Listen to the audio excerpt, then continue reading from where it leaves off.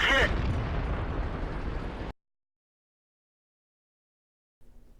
Hello, tankers. So today I've got something a little different. I'm doing a full review on the KV5 tank.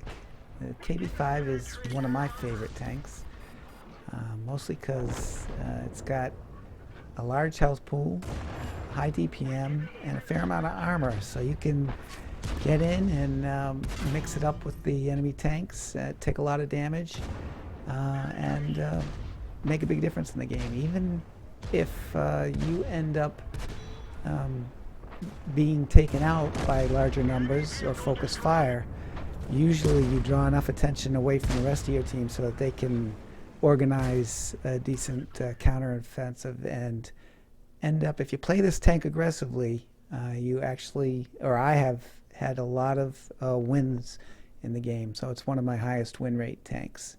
And I do play it very aggressively. So I'm going to spend the first 10 minutes or so of this video talking about stats and armor. But if you want to jump right into the Ace Gamer gameplay afterwards, just click on the box and should be showing on the upper left hand corner of the video now, which says skip ahead to Ace Gameplay. So hopefully you'll enjoy this and we'll get right into it.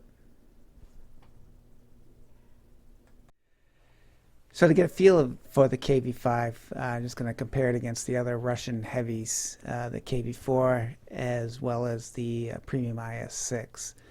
IS-6 has recently been buffed, and I think it's a real pain now to go up against it in the KV5. Not 100% sure if these values reflect the buffs, but my guess is that they do. So first we'll take a look at the hit points. And you see the KV5 has a slight advantage over the KV4, and the IS-6 actually has considerably less hit point.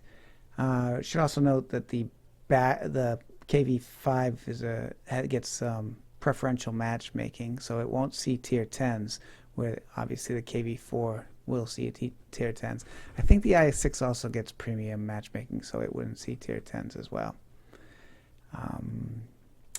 Moving down to the armor. Frontally, the KV4 is very similar to the KV5, and both of those are a little bit better than the IS-6. The turret also frontally is very similar between the KV5 and the KV4, and a little bit better than the IS-6. The side and rear armor on the KV5 actually is better than the KV4 as well. So the overall armor is best on the KV5. It's one of its strengths. Horsepower, the KVs have an advantage over the IS-6, although I think the weight is well, the horsepower to weight obviously is best in the IS-6, so the IS-6 weighs considerably less than the KV tanks. Traverse speeds are all similar. The terrain resistances are all in the same ballpark. So those are all about the same. In terms of the gun handling, the IS-6 does considerably more damage and has less penetration than the KV4, so the KV4 strength is the high penetrations of its shells, whereas the KV4 has the lowest penetration. You have to be ready to fire gold APCR in the KV5, and even at that you don't get great penetration, so that's probably the biggest weakness of the KV5.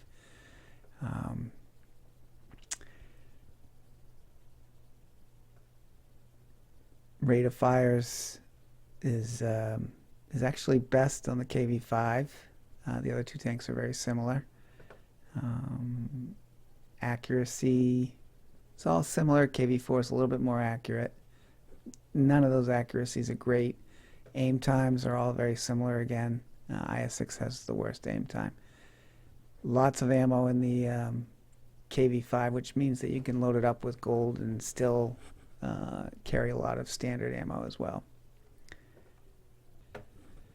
Now, in terms of the tank model, the KV5 tank model, you probably want to angle this thing at least 45 degrees. If I put it at 45 degrees here, you see the side armor. So if you're side scraping out at 45, the side armor is godlike at over 400 millimeters. Unfortunately, the lower glaceless there is the lower plate's pretty easy to penetrate, especially if someone starts firing gold. If you're up against tier 9 tanks, they'll go through that. The upper's still pretty good. Gold will still go through it. But most people will be aiming at this big weak spot right here. They call it the droid. This basically has no armor on it. The good news is you have to kind of hit it in the center. If you get off to the side, it is rounded. And so what you want to be doing is moving it back and forth if you're facing someone frontally, so they have trouble hitting it. But what you can do is you can over angle this, and that does a couple things for you. It increases the effective armor on the plates, so if someone tries to shoot at that, they're more likely to bounce. You still get decent side armor even at this high angle, but you end up with nice spaced armor here.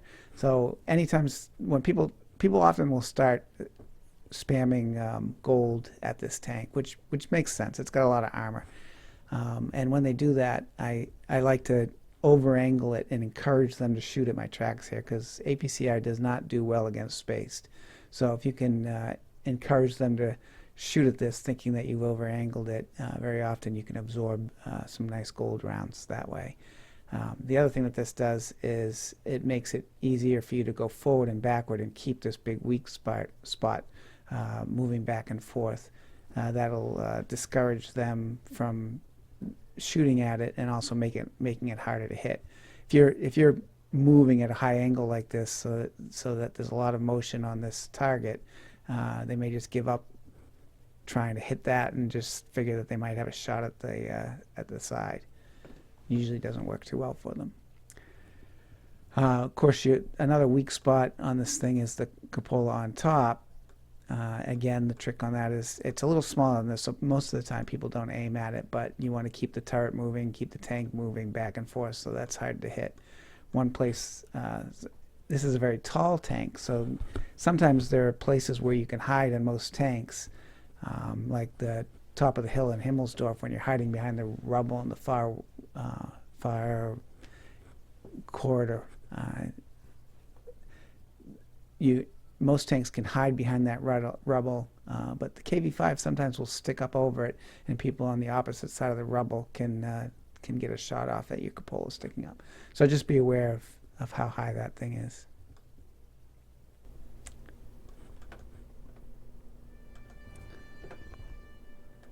So the first game is on Erlenberg. It's an assault map. We're defending. I always like defending because the clock's sort of on you have the advantage on the clock. If you run out of time, if the enemy runs out of time, you win the game. So that's always a plus.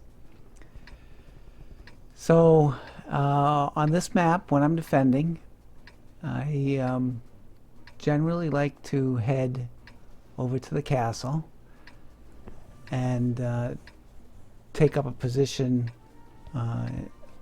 just below the rubble, so that I can spot down that corridor, and usually I find if you win that corridor, either on defense or attack, you basically win the game.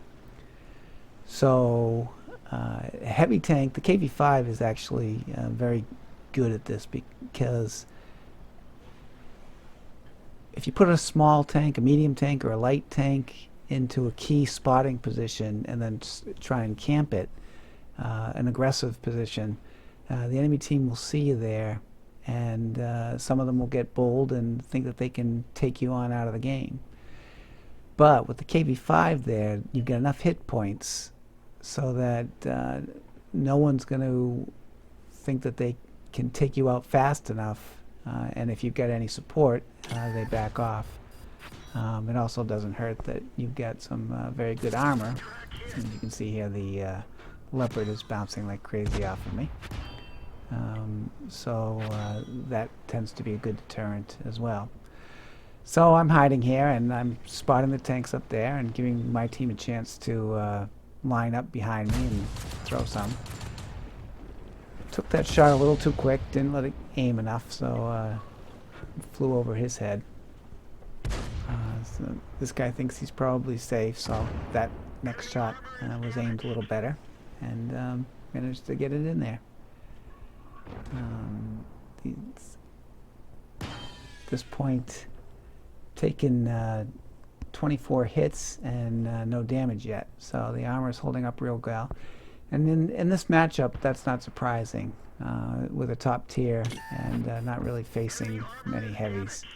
So this leopard pokes out, and he can't do anything to me, so I just pop up again and take another shot at him.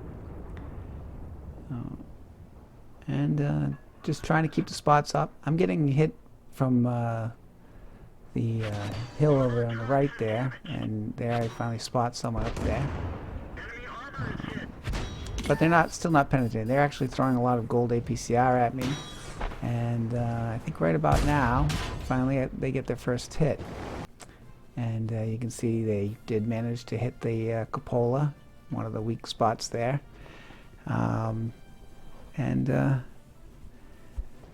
That's basically the only way these tanks are going to be able to penetrate me, is to find one of those weak spots.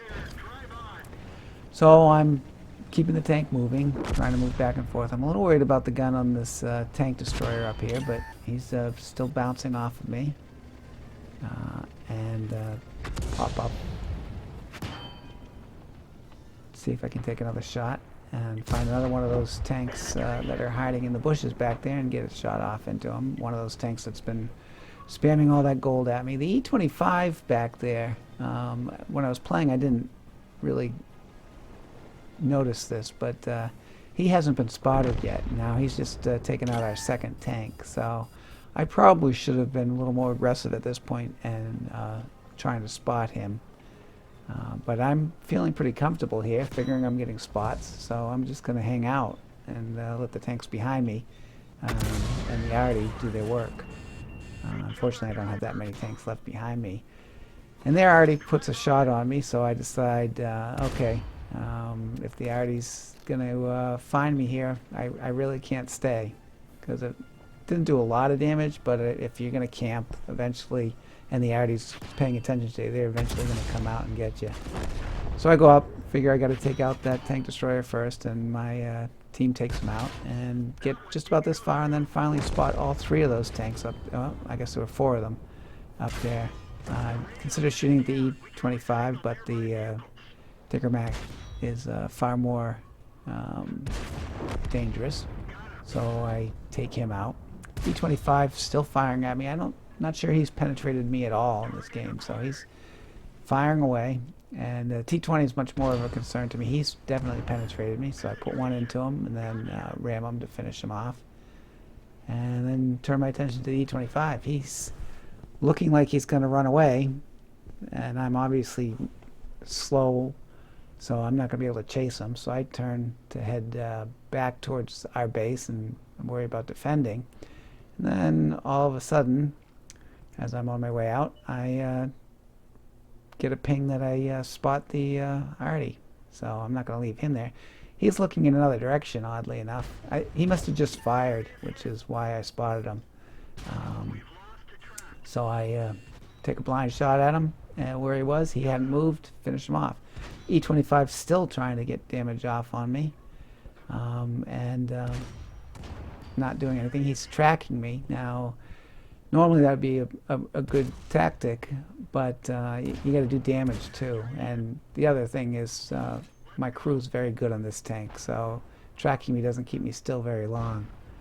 So I managed to put a couple shots into him finally, and he gives up and runs away.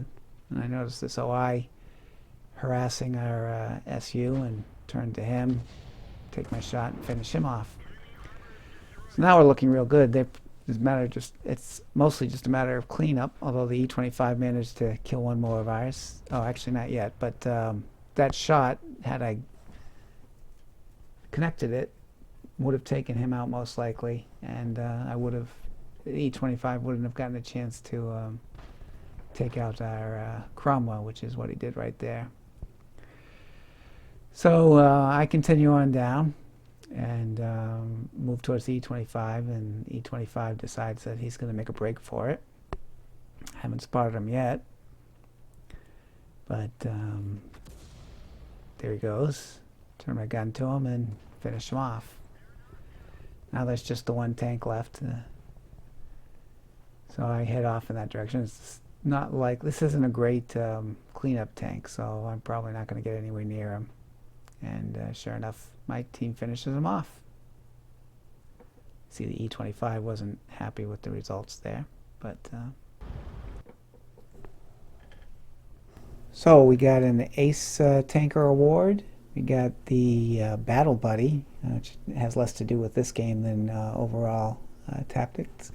We got the Spotter Award, Duelist, Bruiser Award, what's that, Shell Proof, Fire for Effect, and Hand of God for the minor ribbons. And then we also got ourselves a Top Gun, the High Caliber, Steel Wall, Cool Headed, and finally the Scout. So we got both Spotter and Scout. So overall, very good. Lots of ribbons in that game. First on damage, first on experience, and we fired 19 shots, 15 of them hit, 14 were penetrations, for a total damage of 3,786. We received 69 hits, of which only 6 penetrated, and there were 63 non-penetrating hits. We blocked 7,070 damage, and we managed to cause almost 1,500 damage with our assistance, tracking damage and spotting damage. We received a total of 126,000 credits and made a profit of 115 because we didn't basically fire any gold that game. This was the game that I got the most ever up to date to this date, the most damage experience I've ever received at 2340 base, and then with the missions and the premium bonuses, got a total of 3,276 experience. So very good game. And with that, we'll go ahead and jump right into the next Ace gameplay. So this game is on the Arctic region map. This is another map that is fairly easy to decide where to go if you're in a slow heavy tank. There's a heavy tank corridor, so that's where I'm going to head off. Looking at the teams here, we actually do have more heavies than the enemy team. But the enemy team has as many or more high tier heavies than we do. There is no Artie in this battle, so that's always a good thing for a slow heavy.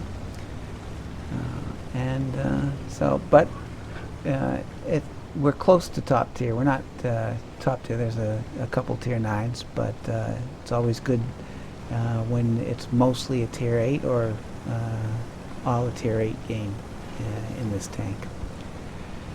So right off the bat, I head down, as I say, over to the northeast corner, or actually I guess it's the battle starts just kind of in the middle eastern side of this, at the far east corner there.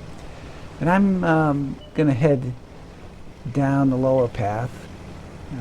Looks like I've got a couple tanks that are going to cover the upper, so I want to make sure both are covered. I kind of like the lower better anyways. You can keep yourself in better cover, I think. There's a risk if you don't have support that you can get zerged down there and taken out. But I think we've got a shot here. So I poke around and spot this American autoloader here, and he puts one in at me. He does bounce. I think turns out he's got the 5 cartridge gun. So he puts 2 of them in me, and I keep bouncing back and forth, trying to keep him from hitting my weak spot. I managed to put 2 shots into him, but he does find 3 shots on me. And now what I've been doing is I'm tracking him and actually aiming at his cheeks there. That's the penetration of the KV5 is letting me down there. That actually was the right place to shoot him there. You either got to shoot those lower cheeks on that armor, which can be tricky because it's got all sorts of angles, or go for the lower plate. Lower plate, he's got angled on me there, so I wasn't too confident about shooting it. But I have been tracking him fairly frequently, and he used his repair kit pack fairly quickly, so that IS-2 was able to come around and finish him off for me. Now this T-29 doesn't really stand a chance against the 2 of us. IS-2's got a huge alpha damage on it, and my tank even can penetrate the T-29, and the KV5's good enough to harass him. And we look out and get the backside of this Yag Tiger, so double tap him. He knows he's got to get out of there, but he's now running away from